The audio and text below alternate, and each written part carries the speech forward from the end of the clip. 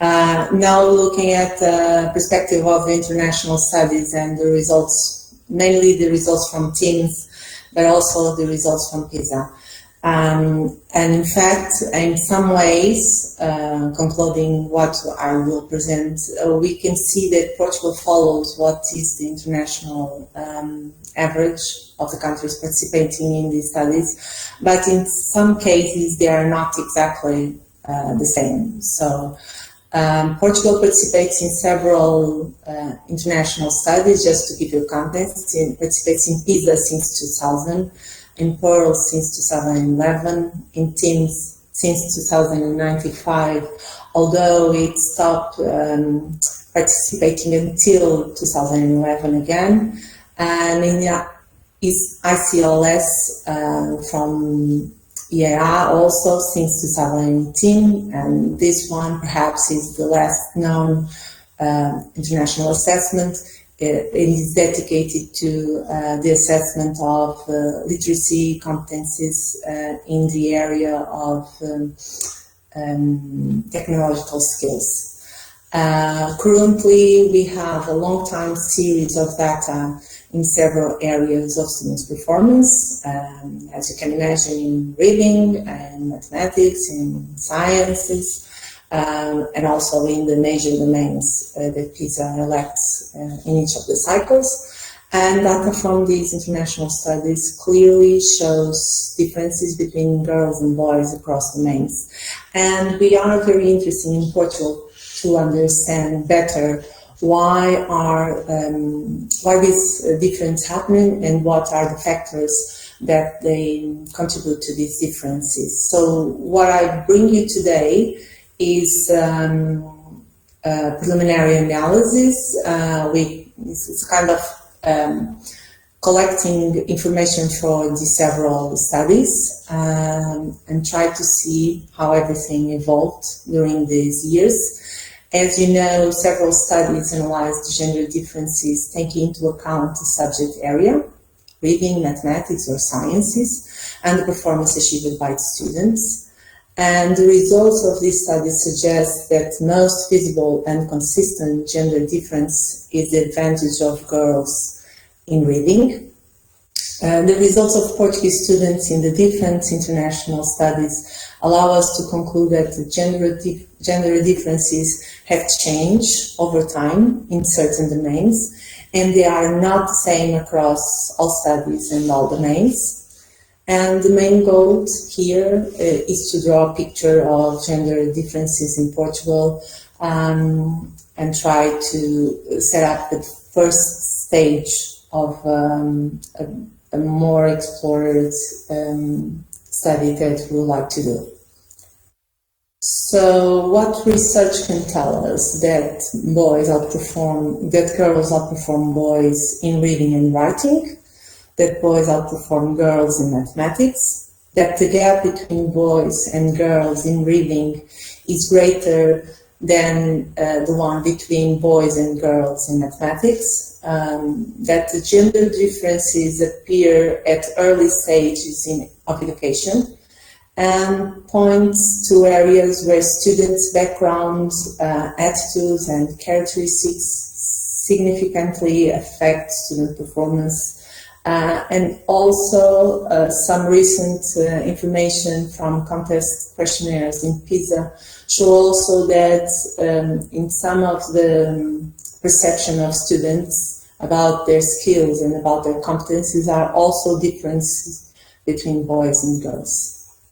So I will use the data from reading literacy, 4th grade, Pearls 2011-2016, and 50 years old students from PISA 2000, 2009 and 2018. And I will do the same for sciences and mathematics, comparing and using information from these two studies.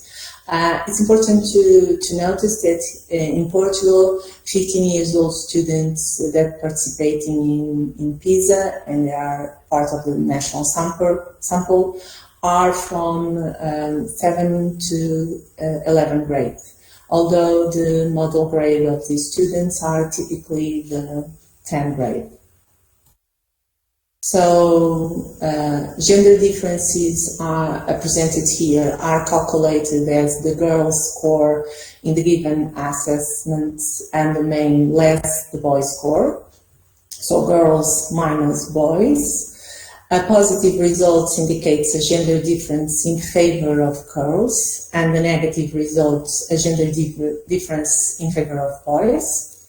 Changes in gender differences are calculated as the gender gap in the most recent year less the gender gap in the oldest year for each assessment. So some context. When we take a look at the completion rate of upper secondary education, we see that in Portugal, 82% of girls complete successfully the upper secondary education in the general programs, against 75% of boys. And when we go to the vocational courses or programs, what we see is this gap between the competition rates between boys and girls gets higher, with girls achieving 70% and boys only 52%.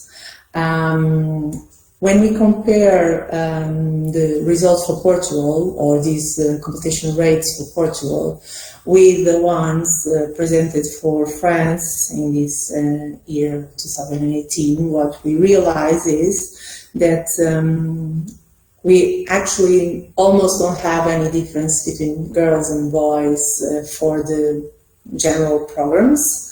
They are 96 and 95% respectively.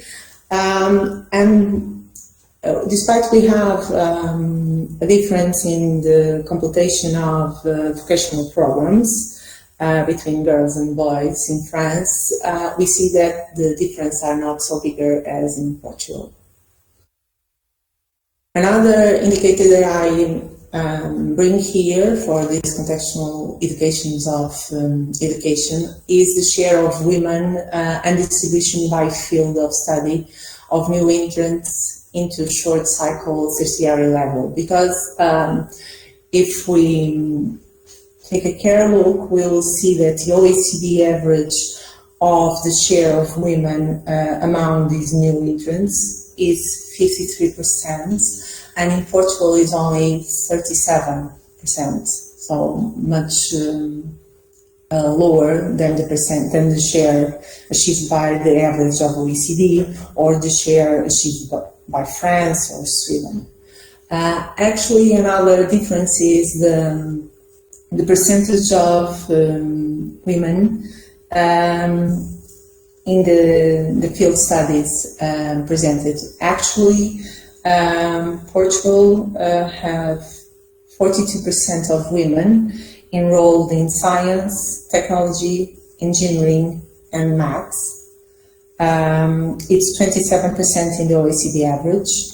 And then the second area is business, administration, and law, 20% in Portugal and 24% in OECD. And the third area is service, with 13% in Portugal and 13% also in OECD. And 3 more minutes left. Yes. So when we take a look of the results in reading literacy in pearls in PISA across the cycles and across the years of assessment, what we realize is we decided to take a look of the context of Portugal in the Mediterranean. Yes?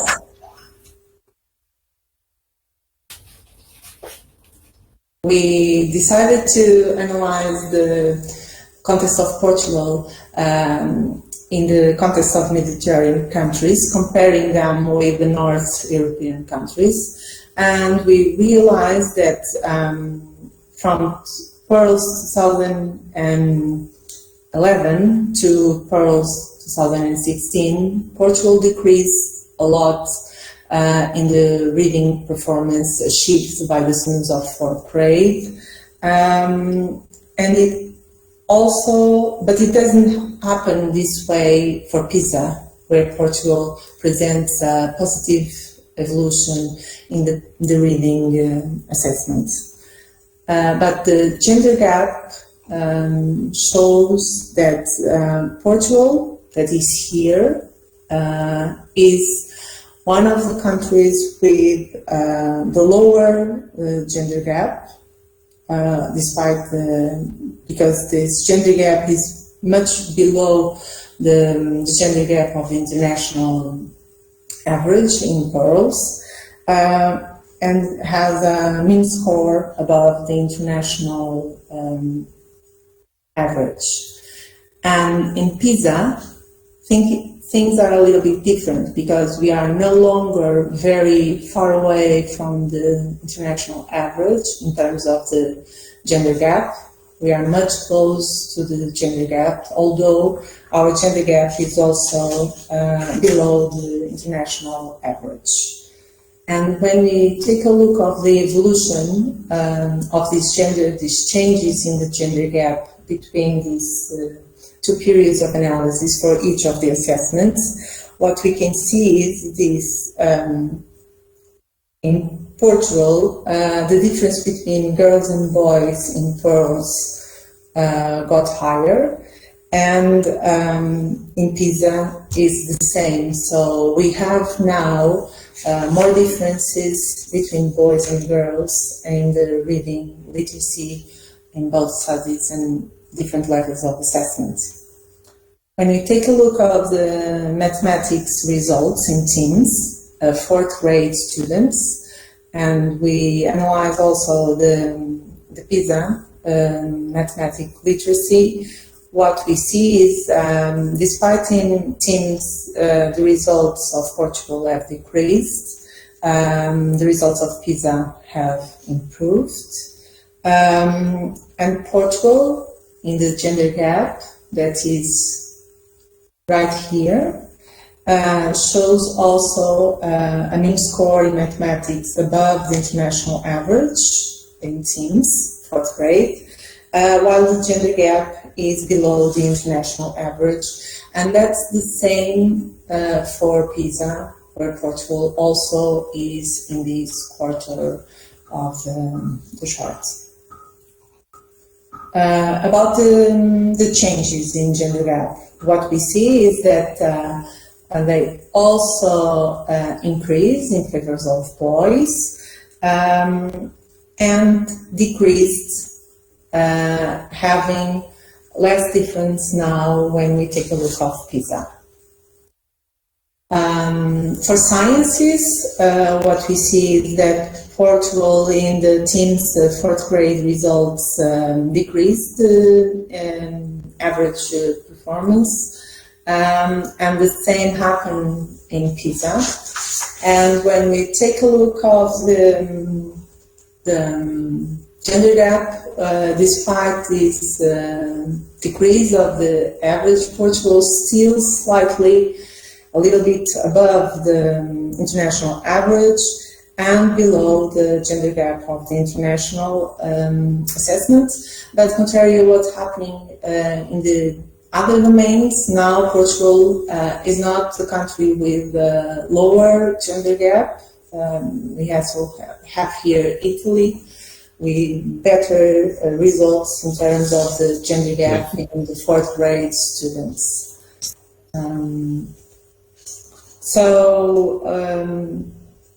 And that's the same for PISA.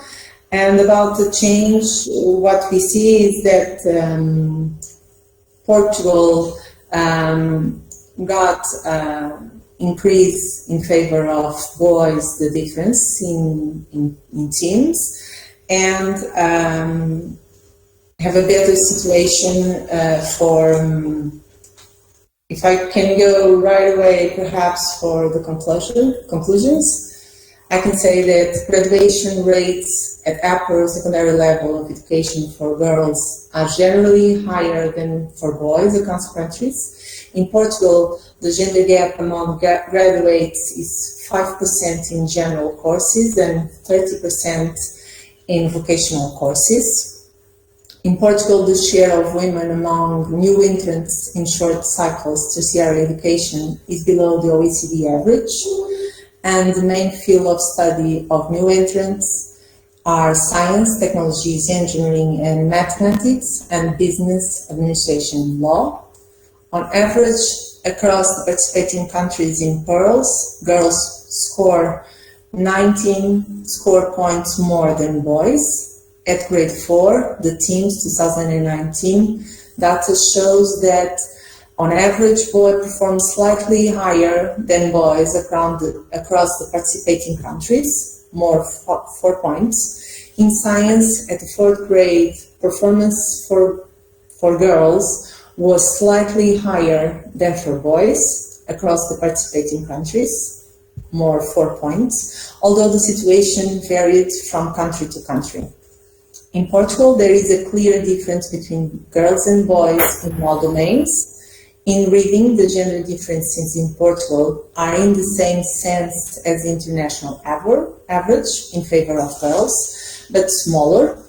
In mathematics, the gender difference in Portugal are the same sense as the international average in favor of boys, but much higher. And in science, the gender difference in Portugal are in the opposite sense of the international average. In Portugal, they are in favor for boys. In reading, the Portuguese gender gap increased in both. I'm not very sorry to interrupt. Yeah. The time is really over. You're buying into your own presentation, but just to let you know. Okay. So, in reading, the Portuguese gender gap increased in both Pearls and PISA. In mathematics, increased in teens, but decreased in PISA. And in science, they decreased both in teens and PISA. So that's what I prepared for this presentation. Thank you very much. If you have any questions. Thank you very much for the presentation. That's a great result. I enjoyed the presentation. Are there any questions in the chat?